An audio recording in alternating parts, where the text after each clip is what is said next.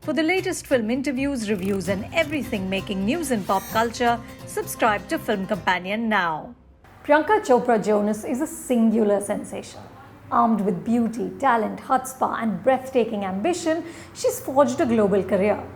Years ago, in an interview, I'd asked her what the ultimate goal was, and she replied without blinking an eyelid, world domination. Everything about Priyanka is outsized, like the 20-foot-long train on the Ralph Lauren trench gown she wore to the Met Gala in 2017. She doesn't have a timid bone in her body. And she's not apologetic about wanting to be bigger, shinier, better, which is why I am an ardent admirer. But it's also why her memoir, Unfinished, feels uncharacteristically subdued. Priyanka was thrust into the public eye as a teenager when she was crowned Miss India in 2000 and then went on to win Miss World. She spent her entire adult life navigating celebrity. Every move she makes has been assiduously covered by the press, first Indian and later international. 3 books have already been written about her astounding journey. She also has a digital footprint of, get this, 87 million plus followers between Twitter and Instagram. Here she gives us regular peeks into her glittery, continent-hopping life. The memoir had to dig deeper than all of this. It does, but not nearly enough. The strength of the book is that it is Priyanka's voice, complete with internet acronyms and italicized expressions. In the acknowledgements, she has thanked a collaborator, Nan Satter, but when you read Unfinished, you can almost hear Priyanka speaking. What I enjoyed most was her detailing of the memories of her parents and her relationship with them. The Old Spice perfume that her father wore and the chiffon saris her mother loved. There are stories of summer holidays, sibling rivalry and accidents. As a child, she put a beetle in her father's ear because she wanted his attention.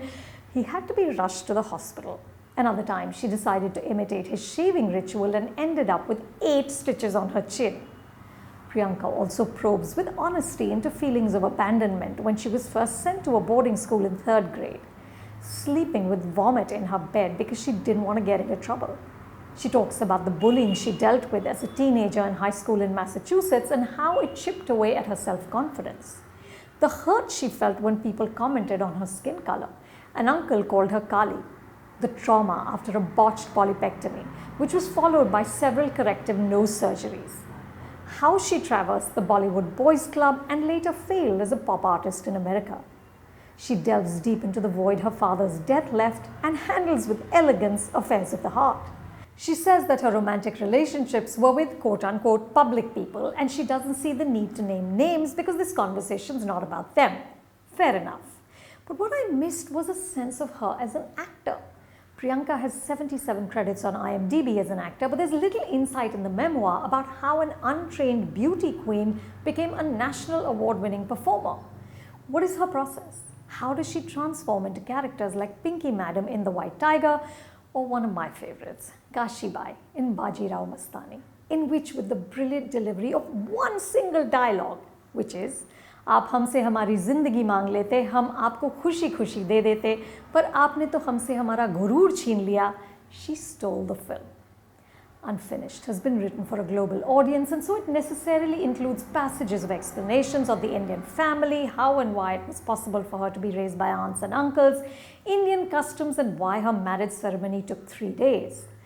This is where the book is most banal, with Priyanka's voice flattening out into an incredible India commercial with lines like, in India, taking care of one another's children as if they're one of our own is just part of who we are. It's seen as a duty and a responsibility, not an imposition.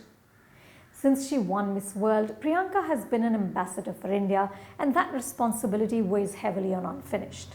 At one point she writes, I get to choose what I share and when I share it.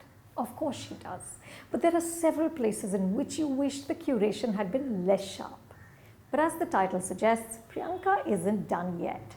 I suspect that at some point in the future, another book will be written. This is a woman at the peak of her prowess and there are miles to go before she sleeps. I hope the sequel will retain the heartfelt emotion and vivacious energy and lose some of the manicuring. That book, like her, will be truly dazzling.